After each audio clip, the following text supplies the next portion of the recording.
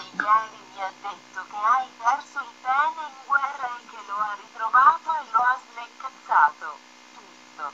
Io gli ho detto che ha fatto un errore perché lo volevo tutto io, però lei mi ha corretto, dicendo che suo era il figlio suo.